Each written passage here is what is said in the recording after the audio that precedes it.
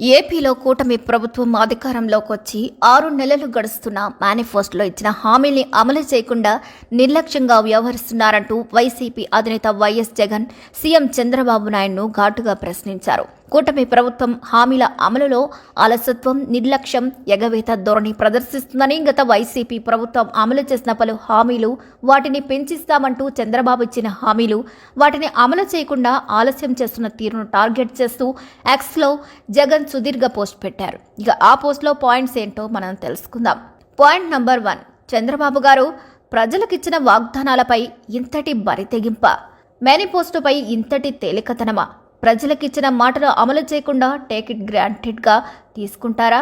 లక్షల మంది తల్లులకు, పిల్లలకు, రైతులకు ఇంతటి ద్రోహం తలపెడతారా అంటూ మొదటి పాయింట్లో జగన్ ట్వీట్లో ఏకిపారేశారు. ఇక పాయింట్ నంబర్ 2, అధికారంలోకి వస్తే తల్లికి వందనమని ఎంతమంది పిల్లలుంటే అంతమందికి ఏడాదికి 15,000 రూపాయల చొప్పున ఇస్తామన్నారు. అధికారంలోకి రాగానే అంతకుముందు మేమిస్తున్న అమ్మఒడి పథకాన్ని సైతం ఆపేశారు. వరుసగా కేబినెట్ సమావేశాలు జరుగుతున్నాయి, కానీ తల్లికి వందనం పథకాన్ని ఎప్పుడు అమలు చేస్తారో నిర్దిష్టంగా చెప్పలేదని జగన్ ఆక్షేపించారు. తీరా ఈ ఏడాదికి ఇవ్వమని కేబినెట్లో తేల్చి చెప్పేశారన్నారు. ఇంతకన్నా మోసం ఏమైనా ఉంటుందా? ఇంతకన్నా పచ్చి దగ ఏమైనా ఉంటుందా అని జగన్ ప్రశ్నించారు. మేనిఫెస్టోను చెత్తబుట్టలో వేయడం, ప్రజలకు ఇచ్చిన వాగ్దానాలను తుంగలో తొక్కడం మీకు అలవాటుగా మారిపోయింది చంద్రబాబు గారు అన్నారు.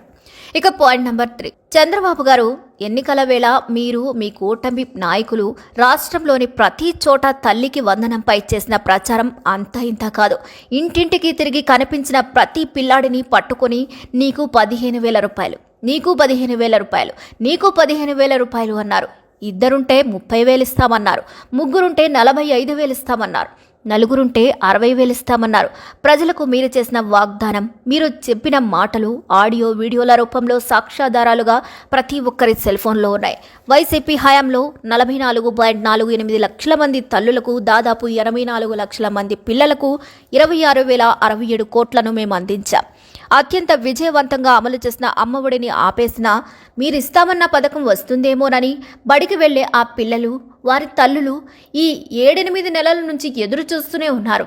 చివరికి వారి ఆశపై నీళ్లు చల్లి ఈ ఏడాది ఇవ్వమని నిస్సిగ్గుగా చెప్తున్నారు. ఇక ప్రజలకు ఒక మాట ఇచ్చి దాన్ని నమ్మించి వారి ద్వారా అధికారాన్ని తీసుకొని ఇప్పుడు ఇవ్వలేమంటూ ఎలాంటి సంకోచం లేకుండా చెప్తున్నారు. మేనిఫెస్టోను చెత్తబుట్టలో వేయడం, ప్రజలకిచ్చిన వాగ్దానాలను తుంగలో తొక్కడం మీకు అలవాటుగా మారిపోయింది చంద్రబాబు గారు. పాయింట్ నంబర్ 4, ఇక రైతు భరోసా తీరు కూడా అలానే ఉంది. ఈ ఏడాది ఖరీఫ్, రబీ 2 సీజన్లు అయిపోతున్నా ఇవ్వకుండా గడిపేశారు. ఇదిగో అదిగో అంటూ లీకులు ఇస్తున్నామన్నారు. ఇప్పటి వరకు రైతులకు పెట్టుబడి సహాయం కింద ఒక్క పైసా ఇవ్వలేదు. అధికారంలోకి వచ్చిన ఆ ఏడాదే 2019 అక్టోబర్లో ప్రారంభమై అప్పటి నుంచి క్రమం తప్పకుండా ప్రతి సంవత్సరం 13,500 చొప్పున 53.58 లక్షల రైతుల చేతిలో పెట్టాం. ఇక 34,378 కోట్లను మేం పెట్టాం. కేంద్రం ఇచ్చేది కాకుండా మీరు ఈ ఏడాది 20,000 రూపాయలు ఇస్తామన్నారు. ఇప్పుడు ఖరీఫ్ అయిపోయింది, రబీ కూడా అయిపోయింది, ఒక్క పైసా ఇవ్వలేదు. ఇన్ని క్యాబినెట్ మీటింగులు పెట్టుకున్నా కూడా ఎప్పుడు ఇస్తామో చెప్పడం లేదు. ఇది రైతులను నిలువెల్లా మోసం చేయడం కాదా? రైతులను పెట్టుబడి సహాయం లేదు, కనీసం మద్దతు ధర అందడం లేదు. ఉన్న ఉచిత పంటల బీమాను రద్దు చేశారు. ఆర్బీకేలను నిర్వీర్యం చేశారు. సంక్షోభంలో ఎవరైనా రైతులు దురదృష్టవశాత్తు చనిపోతే కనీసం ఆ కుటుంబాలకు ప్రభుత్వం నుంచి ఎలాంటి సహాయం అందడం లేదు కదా, కనీసం పరామర్శకు కూడా నోచుకోవడం లేని తెలిపారు.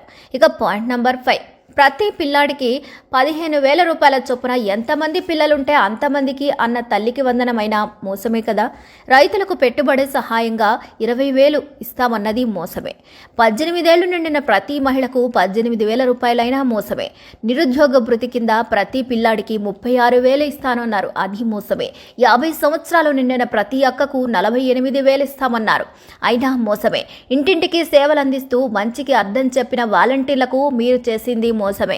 ఈ మోసాలన్నింటికీ తోడు ఈ పాలనలో ప్రజలపై ఛార్జీలతో బాదుడు కనిపిస్తుంది. ప్రతి అడుగులో స్కామ్లే. ఇసుకను వదలడం లేదు, మద్యాన్ని వదలడం లేదని చురకలు వేశారు. పాయింట్ నంబర్ 6, చంద్రబాబు గారు రోజులు గడుస్తున్న కొద్దీ మీరు చేస్తున్న మోసాలు ఒక్కొక్కటి బయటకు వస్తూనే ఉన్నాయి. ఇవి ప్రజల్లో తీవ్ర ఆగ్రహానికి దారితీస్తున్నాయి.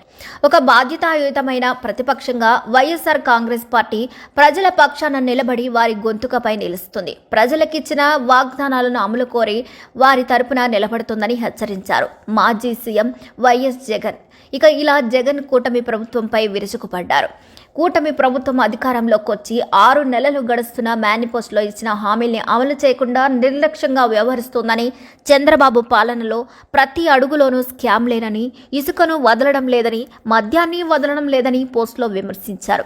ఒక బాధ్యతాయుతమైన ప్రతిపక్షంగా వైసీపీ ప్రజల పక్షాన నిలబడి ప్రజలకు మీరిచ్చిన వాగ్దానాల అమలు కోసం పోరాటం చేస్తామని కూటమి ప్రభుత్వానికి స్పష్టం చేశారు. అయితే జగన్ చేసిన ఈ పోస్టుపై టీడీపీ నేతలు ఎలా స్పందించారు అనేది వేచి చూడాల్సింది. ఇక జగన్ వేసిన ఈ ప్రశ్నలకు కూటమి ప్రభుత్వం మంత్రులు కానీ, సీఎం చంద్రబాబు నాయుడు కానీ సమాధానం చెబుతారని మీరు అనుకుంటున్నారా? అనుకుంటే కామెంట్ రూపంలో తెలియచేయండి. మరిన్ని అప్డేట్స్ కోసం మా ఛానల్ని లైక్ చేయండి, షేర్ చేయండి, సబ్స్క్రైబ్ చేయండి.